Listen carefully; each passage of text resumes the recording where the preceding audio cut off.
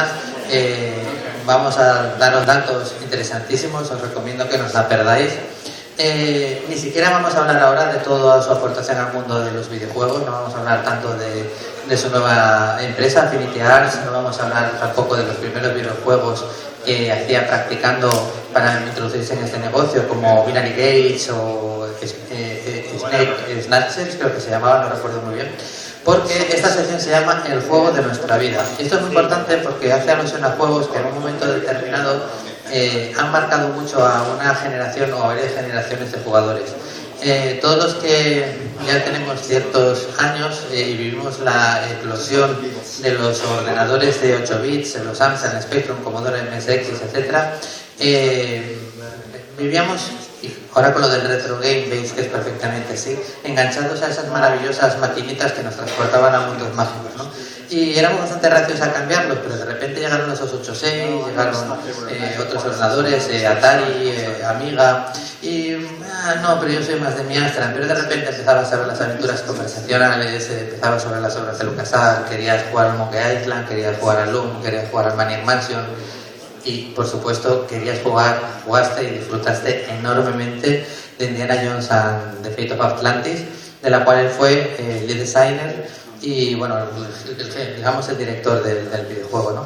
Y vamos a hablar de este videojuego que creo que fue muy importante dentro de la historia de esa evolución de los videojuegos, pero también vamos a hablar del resto de aportaciones que hizo a Indiana Jones en lo que es la pequeña pantalla de nuestros ordenadores.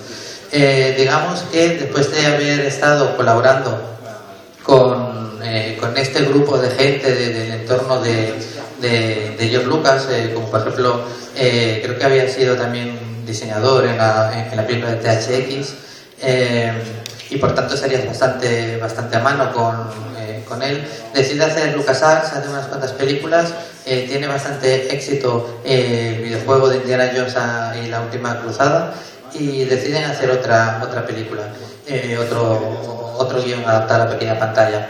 Podríamos pensar que ya fue de Indiana Jones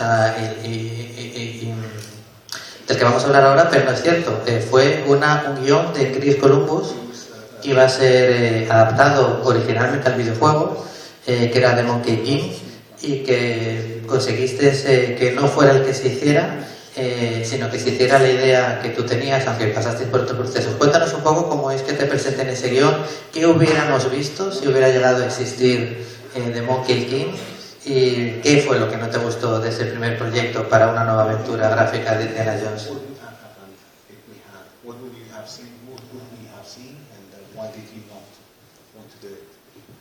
Well, I want to begin by just saying what an honor it is to be invited to be part of Celsius 232.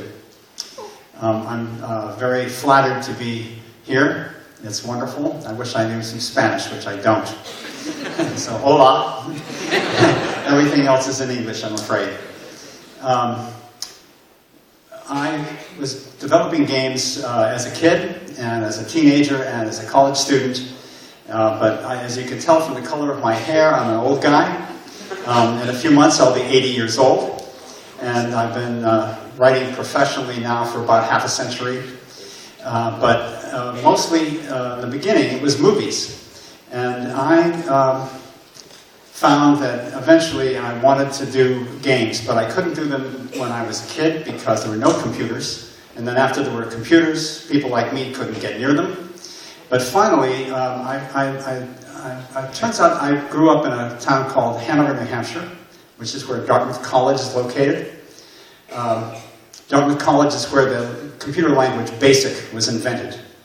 And one summer when I was coming back home from film school, I learned how to do BASIC programming. And it was a lightning bolt that hit me that, ordinary people who were reasonably intelligent could actually operate a computer. And I somehow knew that eventually I'd be making computer games. However, it took a long time to make the transition out of movies to games. And the Indiana Jones and the Fate of Atlantis was my first professional video game. And I was, the guys who had done the previous Jones game, Indiana Jones and the Last Crusade, merchandising knockoff from the film, were tired out by that experience and wanted to move on to other projects. So they wanted someone else to come into the company and I was ready to go. They handed me a script. I guess you've already mentioned the author. I won't do it again because he's written some wonderful stuff. But it was just a terrible screenplay. It was written to possibly be the 4th Indiana Jones movie. And I looked at it with horror, and I thought, I'm never going to be able to make a game out of this damn thing. The company, however, aside from me, had no expertise whatsoever in storytelling, and so they were clinging to that story as a way of getting another game. But instead, one of the fellows who was making the previous game, Noah Falstein, and I designed the new one together. And we began by going to George Lucas's research laboratory at his ranch, where he had assembled a lot of coffee table books for the purpose of visual design of various projects of his. And we picked up one of these books, The Mystic Places of the Past, and we opened it up, and there was a wonderful diagram of the city of Atlantis as envisioned by Plato and others. And it was 3 concentric circles, each circle interrupted by a circular canal. And we looked at that thing, we said, my God, this just looks like a video game. And so I cooked up a story to go with that, invented a character, a companion for Jones, Sophia Hapgood. Noah and I then kind of did the overall design, and Noah, as he wanted to do, moved on to another project, and I then handled the rest of it, all the details on my own. But of course, most people are interested in why we developed the 3 paths. And that's Noah's idea. And he stuck me with the terrible task of making that work, which took about 2 years of my life.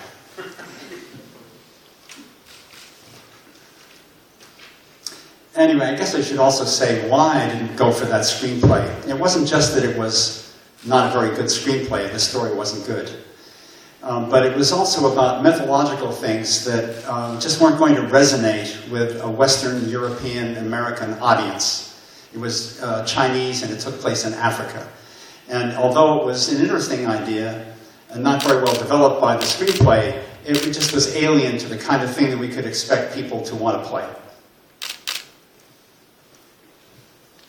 Quisiera empezar por agradecer a la organización del CESIUS 232 por haberme invitado. Es un verdadero honor el poder estar aquí hoy con vosotros. Lamentablemente no sé decir más que hola en castellano y me temo que el resto de la charla va a tener que ser en inglés. Y en cuanto a lo del desarrollo de juegos, esa era mi pasión ya desde niño, incluso de adolescente. Lo que pasa que si os hablo de la niñez y la adolescencia, bueno, podéis daros cuenta por el color de las canas de mi pelo que igual ya se me ha quedado atrás hace bastante tiempo, y es que en unos pocos meses cumplo los 80 años. Y de estos 80 años de vida me he pasado algo más de medio siglo escribiendo como guionista profesional.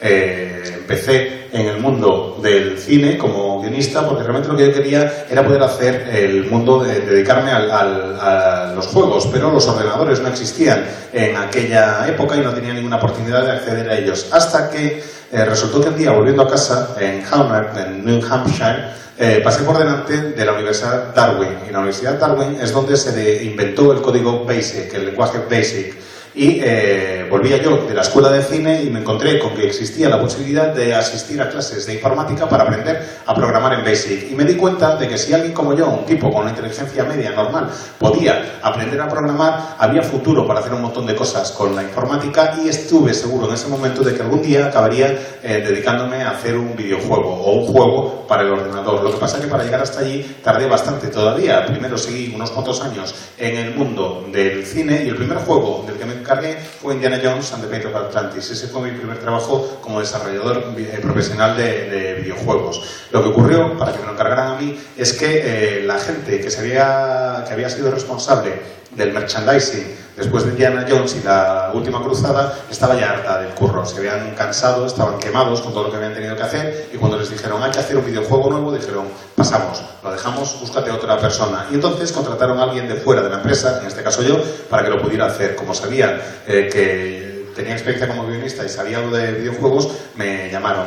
El primer guión que me presentaron fue el de ese guionista del que usted me habla, cuyo nombre no pienso repetir, y que escribió lo que iba a ser la cuarta adaptación de una historia de Indiana Jones a la pantalla. Pero era realmente horrible, a mí no me gustaba nada, no hubiera funcionado de ninguna de las maneras. Y cuando leí el guión me quedé horrorizado, me dije, yo de aquí no saco un videojuego ni de coña. Así que, como era el único que sabía de narración en la empresa, empecé a decir que aquello no. Pero los demás me decían que sí, que vale, que era un buen guionista y que era una buena historia. ¿Cómo lo resolvimos? Bueno, pues con un compañero que se llama Noah Faltin, él y yo decidimos que íbamos a crear por nuestra cuenta la nueva historia para el videojuego de Indiana Jones. Y nos fuimos al laboratorio de investigación que tiene George Lucas en su rancho. Y allí, encima de una mesa, tiene un montón de libros enormes, libros de ilustración, libros con fotografías, que utiliza para el diseño desde el punto de vista visual, o que utilizaba para el diseño desde el punto de vista visual de distintos proyectos. Y había uno que se llamaba Lugares Míticos del Mundo, Lugares Místicos del Mundo. Lo abrimos, no a ello, y la primera ilustración que nos encontramos fue una ilustración de la ciudad de la Atlántida, de cómo debía ser el mapa de la Atlántida, tal como lo imaginaban, tal como la concebía Platón y sus contemporáneos. Y básicamente eran como 3 círculos concéntricos interrumpidos por canales. Y al verlo dijimos, esto parece sacado de un videojuego, y lo utilizamos como base para poder contar nuestra historia. Creamos un nuevo acompañante para Indy, que era Sofía Hampwood, en este caso, y Noah me dijo, venga, pues ahora que lo tenemos, aquí te quedas, lo diseñas tú solo, que yo quiero encargarme de otros proyectos. Y fue el que me dejó solo al cargo de los 3 ciclos y demás. Noah se fue a hacer otras cosas y yo dediqué 2 años de mi vida al desarrollo de todo esto.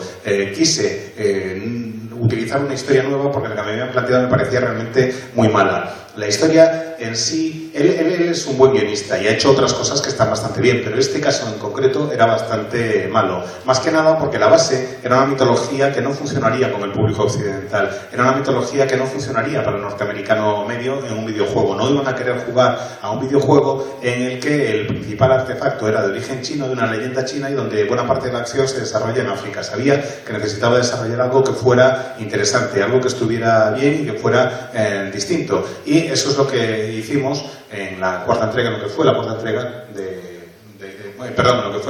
de Indiana Jones and the Fate of Atlantis.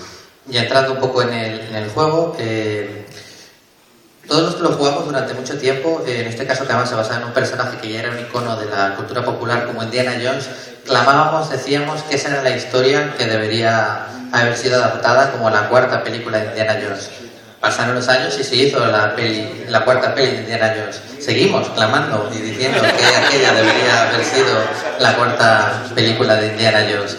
Pero más allá de esto, fue la sexta o séptima vez que utilizaban el motor Scum en LucasArts, y sin embargo había algunas diferencias, como por ejemplo hasta entonces siempre había habido una historia lineal.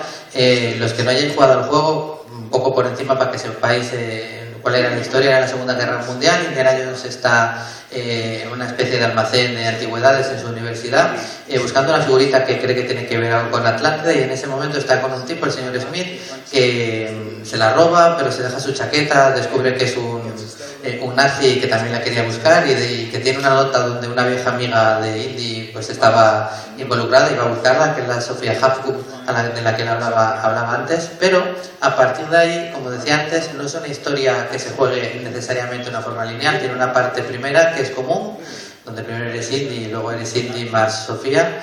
Al final vuelves a ser Indy más lo que haya sucedido en tus decisiones anteriores, pero en el medio podías elegir, había un tramo en el que podías decidir si tú querías seguir jugando como Indiana Jones con la ayuda de Sofía, como Indiana Jones el tipo inteligente, o como Indiana Jones el tipo duro, ¿no?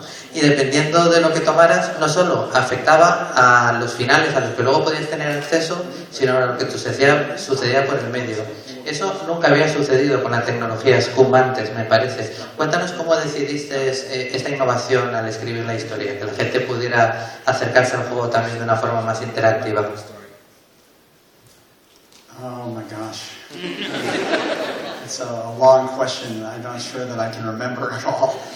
But I will just say, first of all, that I'm very flattered that the weird notion persists that Fate of Atlantis should have been the 4th Jones movie. It certainly would have been a better movie than the one that wound up being the 4th, which was terribly unfortunate. It's unfortunate in two different ways, and I'll tell you why.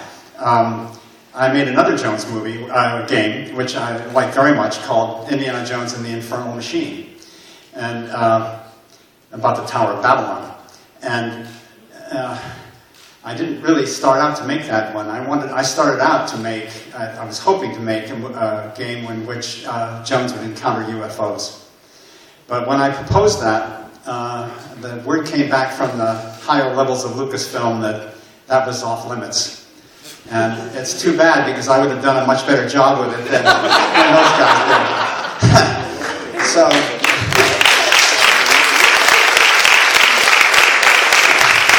now, just to settle the matter, though, I would like to say that although outsiders have often said that it should be the fourth movie, and I'm very flattered to think that the high regard the story is held in, but you have to understand that George Lucas and Steven Spielberg would never make a movie out of something that was previously published. So there's no chance that would ever happen in reality. As to the Scum Engine, basically the Scum Engine was an engine that hid underneath adventure games, and people like me would code in a version of C, so you have a lot of curly brackets and semicolons, and if-then-else statements and so on. And anyway, previously, I think part of the reason why Fate is a little different from the other games that were being made at LucasArts, which were basically meant to be comedic and just very entertaining in a light kind of way, because of the first graphic adventures coming from Sierra, you often got killed when you played those games, and so the mantra at LucasArts was, no, you can never die. But when I was deciding, I came from outside, and I didn't have this kind of background. They'd made a few games already. So I thought, well, you can't do a Jones game unless he's in jeopardy of dying. I mean, that's Jones. And so I violated that whole thing. The other thing I wanted to do was, Jones is, involved in an exaggerated version of the real world, and it's very melodramatic. You can't go up against the Nazis and just put locks and keys and open doors for puzzles. So I wanted to have some semblance of action. And so I tortured the Scum Engine into the point where it could do tile-based graphics, and basically underneath the hood is a bunch of tiles. And so I did camel racing and balloon flying and submarine navigating and stuff like that to give it a sense of action. And what was the rest of the question?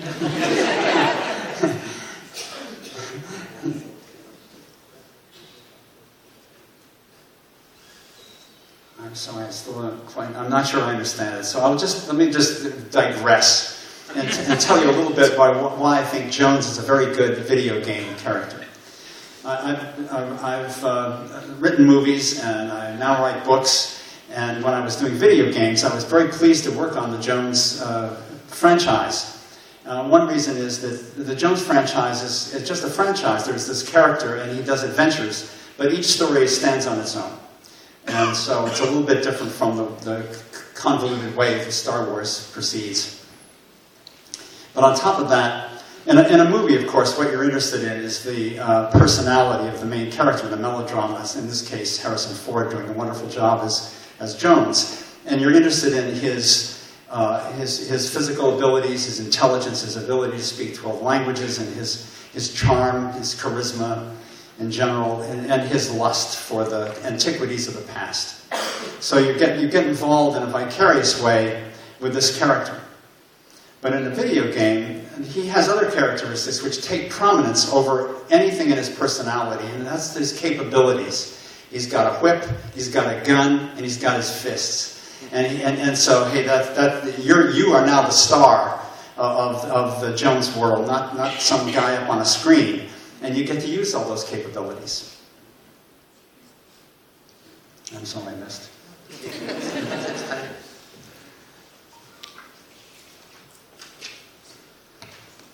La verdad es que es una pregunta bastante larga y no creo que la vaya a recordar entera.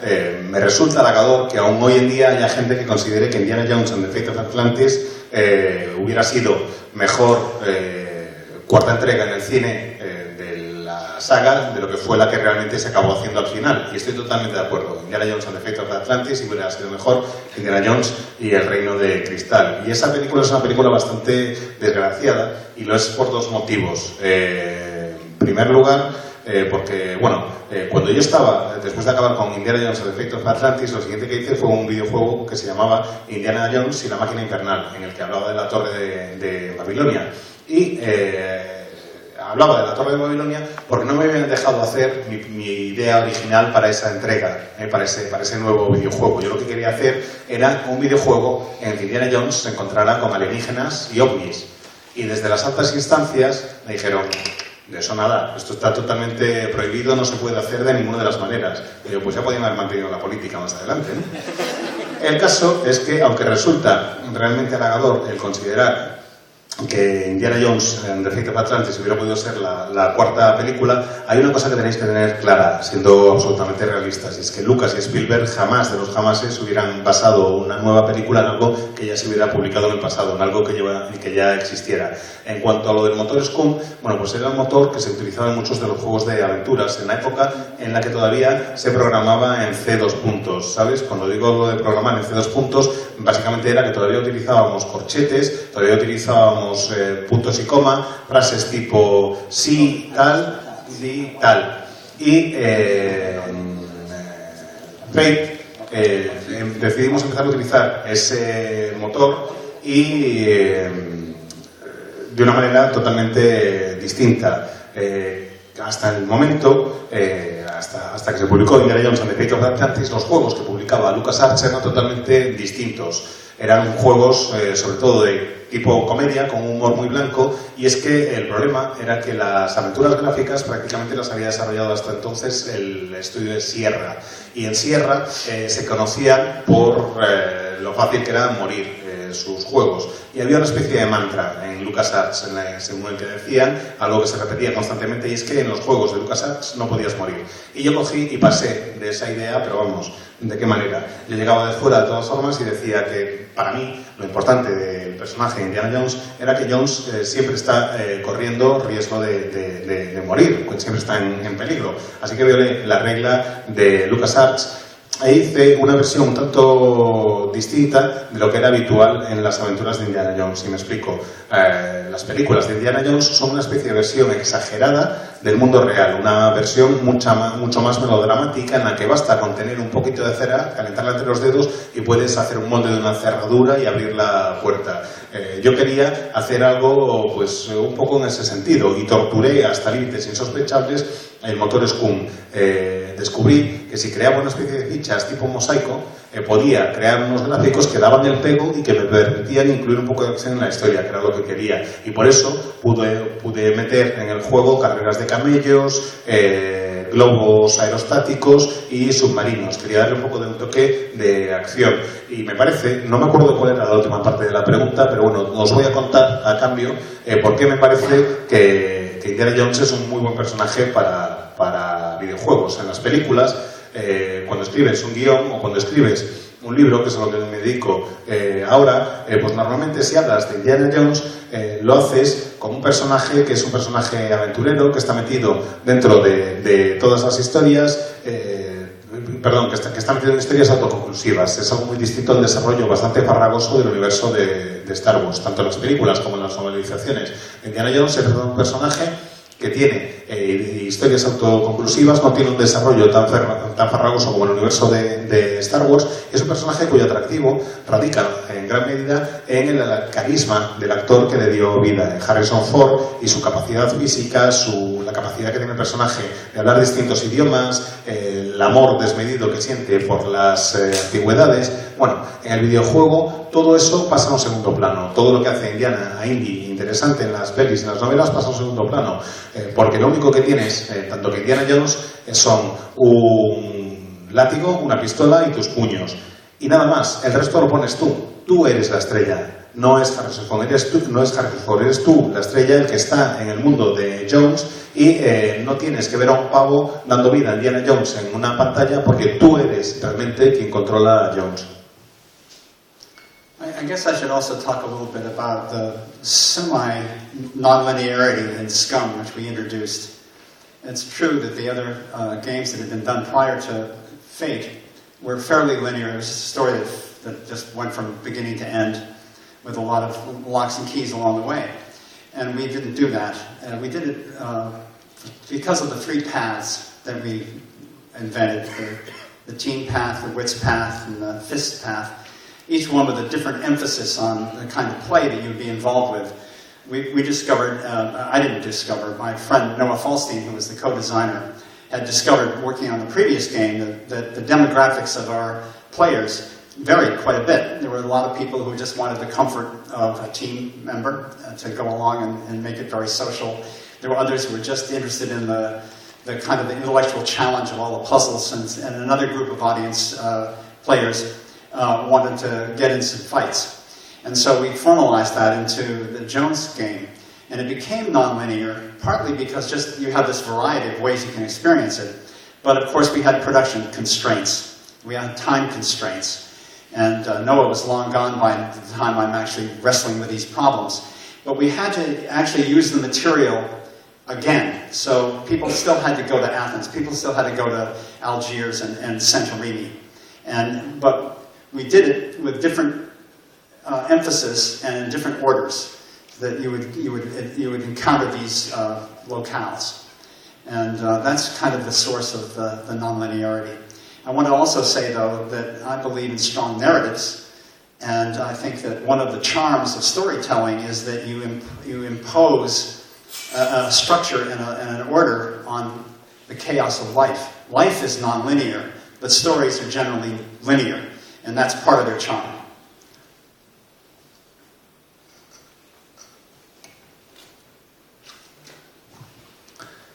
En cuanto a lo del usar el motor Scum y lo de las 3 opciones y demás, bueno, es cierto que hasta que salió Fate of Atlantis, el resto de los videojuegos de aquella época eran bastante lineales. Tú tenías que llegar de un punto A a un punto B, de un principio a un fin, e ir resolviendo toda una serie de problemas por el camino. Cuando nos planteamos lo de la opción de hacer los 3 caminos, el camino en equipo, el camino del ingenio y el camino físico, por así decirlo, pues descubrimos que había toda una serie de posibilidades distintas. Esto fue una idea de Noah, que era el codiseñador del juego, que había hecho una serie de estudios en juegos anteriores para ver cuál era el componente demográfico de los jugadores, para ver qué tipo de perfil de jugador había, y descubrimos que había personas a las que les apetecía jugar a un videojuego que pudieran jugar en equipo, personas a las que les llamaba más jugar a un videojuego en el que lo que les llamaba la atención eran los retos, eran todos los interrogantes que había que resolver. Y había otras personas que lo único que querían era buscar bulla, darse de palos y ya está. Entonces, a eso tratamos de darle forma en los videojuegos de Jones. Y a esas 3 vertientes que había. Y eso nos llevó a hacer una narración no lineal. Cada persona quería experimentar juego de una manera distinta, pero al mismo tiempo teníamos también una serie de restricciones, tanto temporales como de producción. Para cuando nos tuvimos que enfrentar a esas restricciones, a esas dificultades, Noah ya hacía tiempo que había abandonado el proyecto y fui yo el que se encargó de resolverlas. Y a las restricciones que me refiero es a que, en cualquier caso, tienes que acabar en Atenas de una manera o de otra, tienes que acabar en Argelia de una manera o de otra, y así sucesivamente. Lo que podíamos alterar era el orden en el que llegabas a cada uno de estos lugares en función del itinerario que hubieras escogido. De ahí surge esa narración no lineal, de ahí surge esa forma de contar la historia, y creo que íbamos progresando un poco y tratando de dar algo de orden y tratando de dar una estructura a lo que es el caos. El caos, que en realidad es la vida. Si os fijáis, la vida no es lineal. La vida es un verdadero caos, una sucesión de cosas que son aleatorias y que no controlas. Lo único que es lineal y está controlado son las historias. Nosotros nos imaginamos cómo jugábamos y era la parte divertida y la parte guay de todo ese trabajo. Tenemos que imaginar que aquella gente en LucasArts tenían que estarlo pasando pipa todo el tiempo, tenían que estar ahora un juego de piratas, mira, ahora puedo jugar con Indiana Jones, con muchos personajes, luego los juegos de Star Wars, o sea, con juguetes con los que todo el mundo querría jugar, ¿no? Pero luego siempre sorprende cuando, bueno, pues llegan los creadores, como cuando estuvo aquí Dave Grossman, y te dicen, o como también sucede en su caso, de que yo un libro puedo hacerlo en 4 o 5 meses, pero a aquello tuve que dedicar un montón de años de mi vida, unos horarios un un poco así, asá. Cuéntanos un poco cómo era el día a día, cómo era ser encima el director de todo un equipo volcado para hacer un juego que había que sacar adelante sí o sí. Okay, what's it like to work at a game company? It varies, of course, and the previous guest also talked about that. Each game company is different, but the work in America is punishing. And I worked for, in the 13 years that I was at LucasArts, I worked for 10 different CEOs of the company, so you get an idea of the underlying chaos that existed. And the first guy, the nicest one that I worked for, would come around to our office and say, "What's the funativity factor?" And of course it's very high, but of course it wasn't that high. And the way I look at video game development in general is that it's not especially fun, but it's something that you love to do, and it's joyful labor. So I guess with that in mind, I would just say that there are no labor unions in the United States when it comes to video game development. Most of the states have overtime laws that exempt managers. So all the video games are the companies cleverly design their workforce to everyone is a manager. And the result of that is that you work night and day for hours and hours and hours on end for years. And this is, you're driving along and there's gasoline in your tank, and slowly you're using up that gasoline, and eventually you don't get it back and you burn out. That happens to everyone. I lasted for 13 years there, and and another 15 or so afterwards. So I still am interested in video games. I still make a few on my own. And so I'm still involved. But it was sort of difficult work. And it's true, when I do a writing project, I can get it done within a year. And one of the problems with video game development, in addition to just the punishing workload, which those of us who, that's our superpower, we're good at it and we can do it. But it is kind of tough, and we don't want to do it any more than we have to. The other problem is, though, that you start out on a project that you invented, in my case, Fate or other games that I've done, and I'm in love with that idea. And about somewhere in the middle of the project, which is going to take 3.5 years to complete, you're not in love with it anymore. Your best thing you can do, and the only way you keep going, is to remember that you loved it once.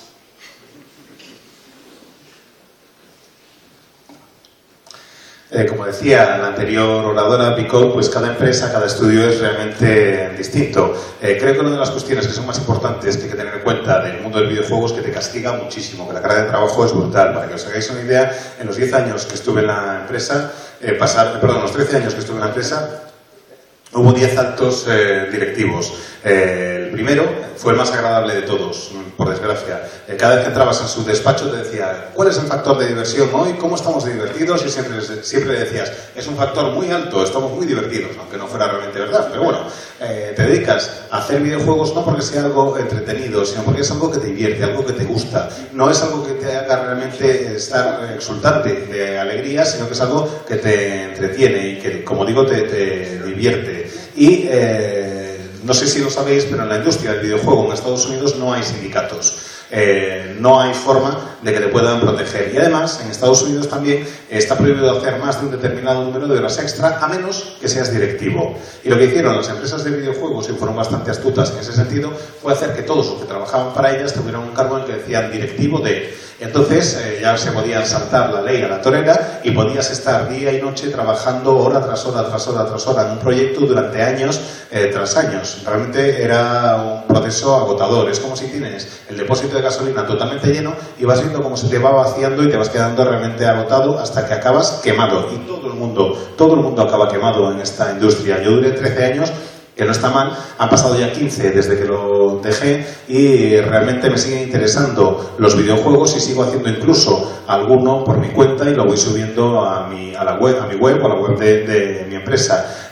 Pero a veces me resulta difícil el plantearme volver a colaborar en un proyecto donde haya la participación de más personas. Dedicas un año más o menos a escribir un videojuego y el problema de proceso de escritura del videojuego es que realmente te castigas hasta unos límites increíbles. Creo que el superpoder que tenemos los que nos dedicamos a esta industria es que somos capaces de aguantar con carros y carretas, pero llega un momento en el que sabes que no puedes más, que tienes que cambiar y estás encima en proyectos que al principio te encantan. Si son proyectos que tú has creado, te gustan aún más, como era en mi caso con Fate of Atlantis, pero llega un momento en el que aunque te enamoras del proyecto al principio, a mitad de proceso se te ha pasado el amor, se te ha acabado totalmente, ya no estás enamorado en absoluto, estás deseando librarte de él y lo más que puedes hacer es recordar que una vez tú quisiste a ese videojuego. Bueno, pues hemos llegado al final del horario previsto y tenemos dos noticias que daros. Una es un poco mala porque Mal Martínez, que es la autora que viene a continuación y que llevamos bastante tiempo queriendo tener con nosotros, finalmente por un problema de salud no muy grave no puede venir este año, con lo cual no es una cancelación sino una demora de un año. Y la otra es que, oye, esto nos da la posibilidad de extender un poco más la conversación con Hal, si os parece bien. A él sí. ¿Lo seguimos un poco más? Sí, ¿verdad?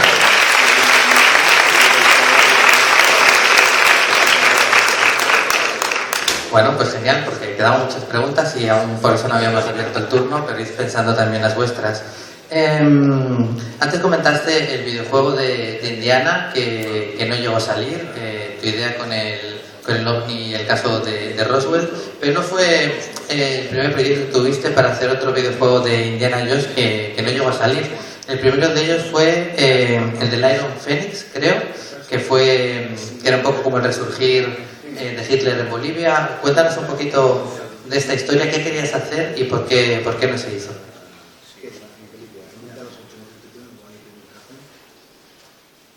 Well, I want to say that at LucasArts I worked on 3 Jones games, Fate of Atlantis, Infernal Machine, and then years before there was such a thing as casual games, I made a little replayable thing called Desktop Adventures, which involved Jones. And so that's my total involvement with the Jones games, except for becoming an advisor to other people who were doing other Jones games. And some of them actually got done, and some didn't. Among the ones that didn't was like Iron Phoenix. And I can hardly remember the titles of these other games that were started and then stumbled and then failed. But I will tell you the story about, I believe it was the Iron Phoenix one. The idea there was a little bit like the movie about these kids who kind of re-embody Hitler. This was a story which involved the idea that in South America, Hitler has somehow been resurrected by the Nazis who fled there after World War II. Wow. Well, the largest game group of players who were interested in LucasArts outside the United States is Germany. And they have very strict rules about anything having to do with Nazism. And so when we found out that Germany would not publish that game could not be published in Germany, it was abandoned.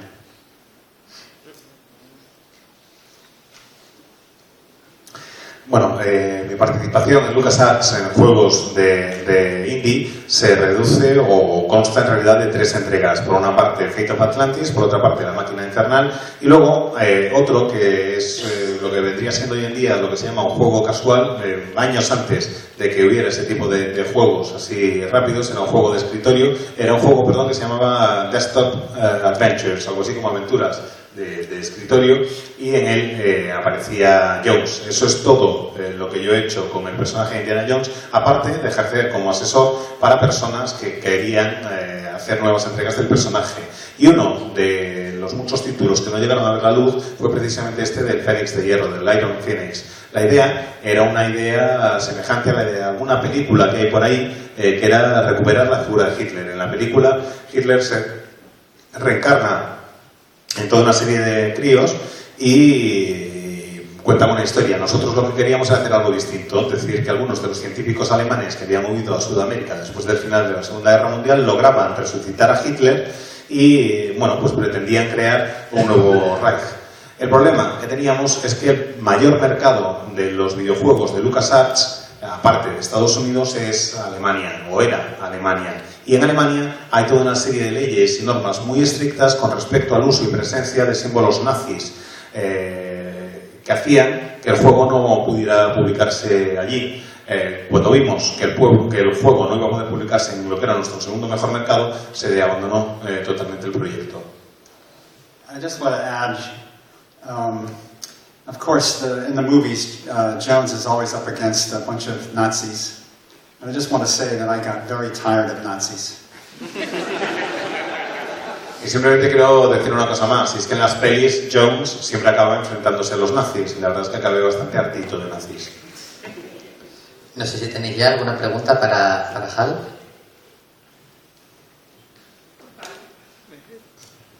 Una pregunta referente al humor inherente de los juegos de indie, sobre todo el de Atlantis. Lo que son los chistes o los chascarrillos del juego, ¿eso estaba pensado de antes? O sea, ¿o se hacía una historia seria y sobre esa historia se van insertando esos rasgos de humor?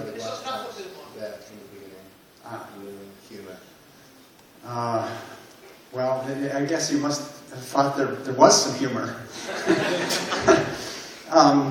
Well, it's melodramatic humor. A melodramatic story needs to be leavened by a bit of humor, but it always in the context of thrilling adventure. And so, in that tradition, there is some, there's wisecracking and some sharp dialogue and some humorous ideas. But the game it doesn't rely on that the way that Monkey Island relied on that. Monkey Island, one of my all-time favorite games, but it's not the kind of game I would ever do. I want to have the player immersed in a world that you believe in a deeper way than you do when you're just laughing at things.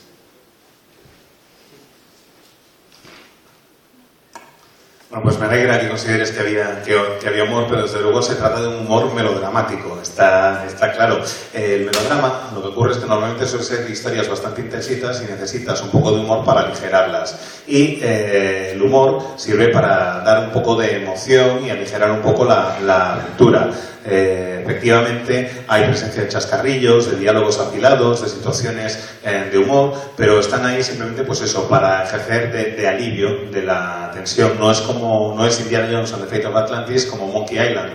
El Monkey Island es uno de mis juegos favoritos de siempre, me parece un juegazo, pero hace justo lo que yo no haría nunca en un videojuego. A mí me interesan los videojuegos que consiguen que te metas en ellos y no los que usan simplemente el humor y que pretenden que veas de una manera ligera todo el rato lo que ocurre a tu alrededor.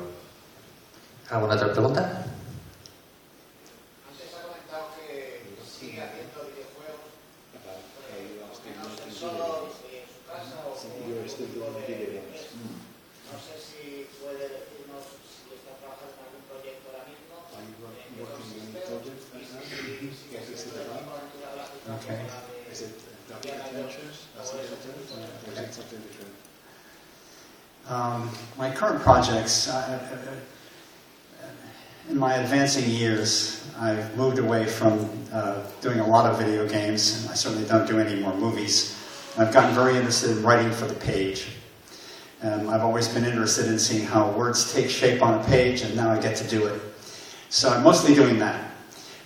Every now and then I do a game on my own. I'm one of those triple threat guys. I'm a designer, I'm a graphic guy, and I'm also a writer. So I can handle all those things as long as the project is small enough. And you can go to my website, finitearts.com or halbarwood.com, and you will see a number of these games and you can play them.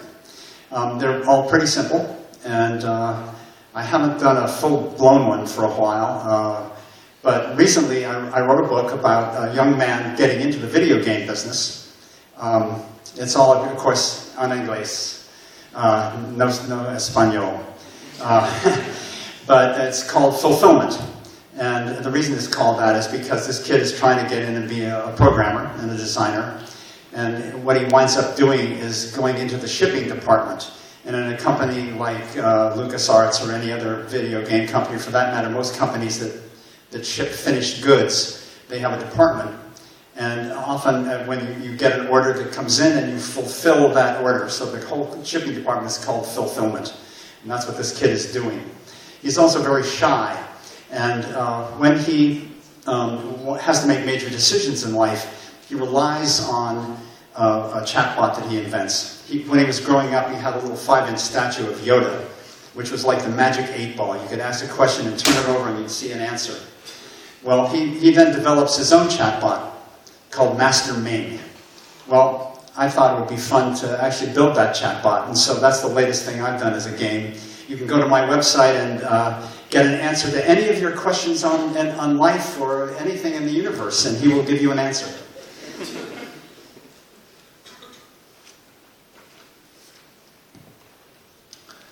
La verdad es que, bueno, en los proyectos actuales que tengo no aparece un videojuego en equipo ni nada parecido. Me he dedicado al mundo del cine, me he dedicado a escribir videojuegos. A mí lo que me gusta realmente es poner palabras sobre el papel y a eso me dedico ahora. Sí es verdad que he desarrollado algún que otro proyecto y algún que otro videojuego yo solo, porque tengo la suerte de que cumplo una triple vertiente, si queréis. Por un lado, puedo hacer el diseño del juego, por otra parte me puedo encargar de los elementos gráficos y por otra parte puedo ser el guionista. Y si vais a mi sitio web, halbarwood.com, allí podéis ver mis videojuegos. Son bastante sencillos, podéis jugarlos gratis y hace tiempo que no acabo ninguno entero, pero bueno, ahí están. Lo que sí he escrito hace poco es una novela acerca de un tipo que quiere entrar en la industria del videojuego y que quiere ser programador. Y el título sería Fulfillment, que vendría a ser algo así como conseguido o cumplido, más o menos. Se llama así porque él, aunque quiere ser programador, acaba trabajando, y quiere ser diseñador, acaba trabajando en la sección de entregas o de reparto de una compañía grande tipo LucasArts. LucasArts y muchas otras empresas que tienen un producto acabado al final, pues tienen un departamento que es el departamento de envíos. Es el departamento que se encarga de recibir los pedidos y una vez están cumplidos esos pedidos, una vez están colmados esos pedidos, pues se encargan de ir enviando las cosas al extranjero. Y este tipo que quiere ser programador y que trabaja en la sección de reparto, digamos, o de envíos, pues resulta que crea un chatbot que es como una figurita de Yoda. Tiene una figurita de Yoda de unos 15 centímetros más o menos de altura, que en realidad es como una bola mágica. ¿Sabéis? Estas bolas que aparecen en las pelis, que les das la vuelta y te dan una respuesta. Y él, basado en esta figurita de Yoda que le da la respuesta, crea un chatbot que llama Mastermind y que le da las respuestas a todo lo que se plantea. Bueno, pues lo último que he hecho que tiene que ver con videojuegos es precisamente crear ese Mastermind, crear ese chatbot que está en mi página web y que os dará respuesta a cualquier duda y pregunta que tengáis con respecto a lo que ocurre en vuestras vidas. Yo quería preguntar por el personaje de Sofía, me parece un gran personaje, que además tiene mucha entidad por sí misma, no es simplemente un acompañante, y se me ocurre que personajes femeninos fuertes en Indiana ya había varios.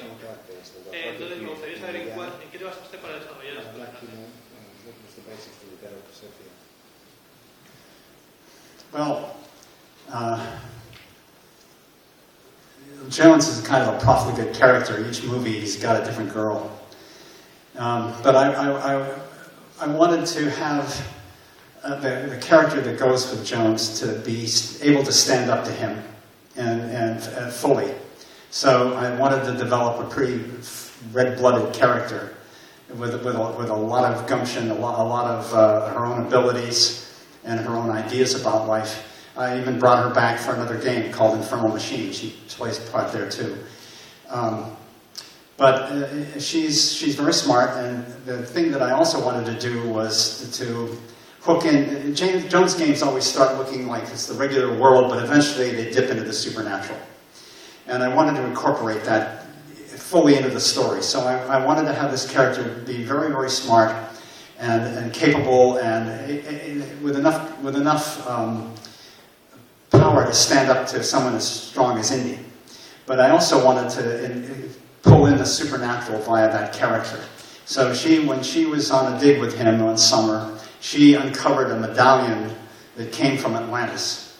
And she didn't tell Indy about that medallion. She stole it. And she didn't realize it. She became kind of a psychic. She would do these shows and predict the future and so forth. What she herself did not understand that she was under the influence of a supernatural being from Atlantis, the infamous Nurab Sa. So she served two purposes. One was just to be a strong companion in one sort of part of our game which involved the team path. And we also knew that, to be cynical about it, we also knew that a lot of the people who played the Jones games were women. And so we wanted to make sure that we were fair when that came to be the case. So that's really the story there.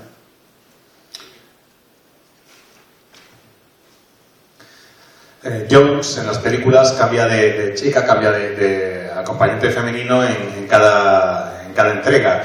Y yo lo que quería para el videojuego era un personaje que pudiera plantarle cara realmente, pero plantarle cara de verdad, plantarle cara en todo. Tenía que ser un personaje de sangre caliente, y ella lo es, con capacidades propias, que pudiera tomar sus propias decisiones y que fuera realmente muy inteligente. Y nos gustó tanto Sofía que no solo está en Fate of Atlantis, sino que la recuperamos también en la máquina infernal. Además, el mundo en el que se desarrollan las aventuras de Jones sigue siempre la misma estructura. Parece un mundo normal y corriente, un mundo cotidiano, y de repente se introduce el elemento sobrenatural.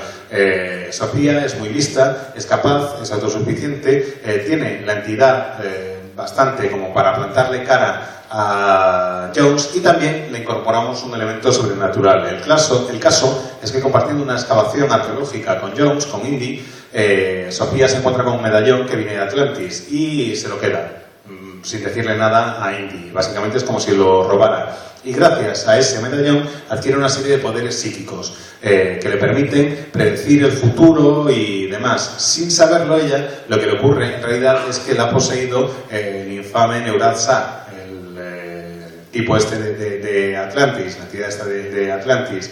Y con ella cumplíamos dos objetivos al mismo tiempo. Por una parte, teníamos un acompañante fuerte, y por otra, podíamos introducir el elemento sobrenatural. Y encima nos permitía el desarrollo de esta vía de equipo para resolver el videojuego. Si he de ser cínico también, he de reconocer que sabíamos que muchos de los jugadores de los videojuegos de Indiana Jones eran en realidad jugadoras. Y queríamos presentar un personaje que fuera justo y que en su representación, o que tuviera una representación correcta, para que ellas también pudieran disfrutar de la historia. Ya para ir terminando, ¿alguna pregunta más? Yo quería saber, como Lucas ha estado haciendo remasters de sus juegos últimamente, de sus grandes clásicos, quería saber si hay algún plan para que lo mismo con Atlantis, o si le gustaría. Good question. Don't I wish?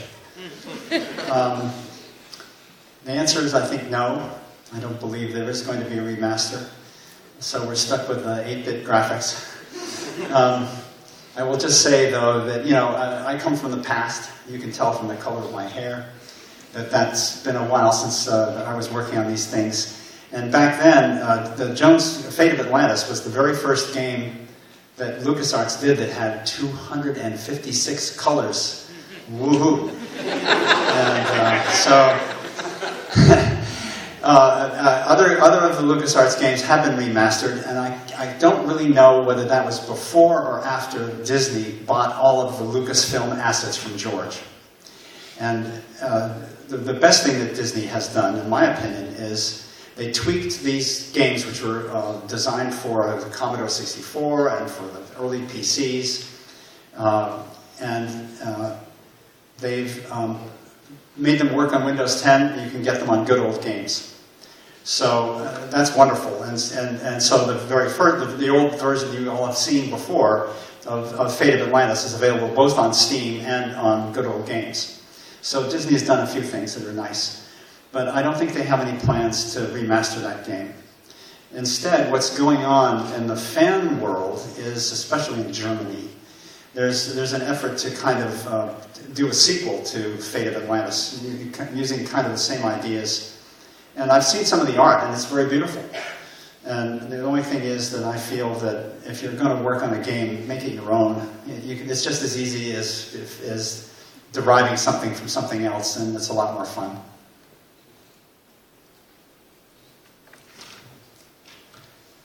Buena pregunta. Ojalá hicieran esa remasterización también de Indiana Jones and the Fate of Atlantis. Lo que pienso sinceramente es que creo que no.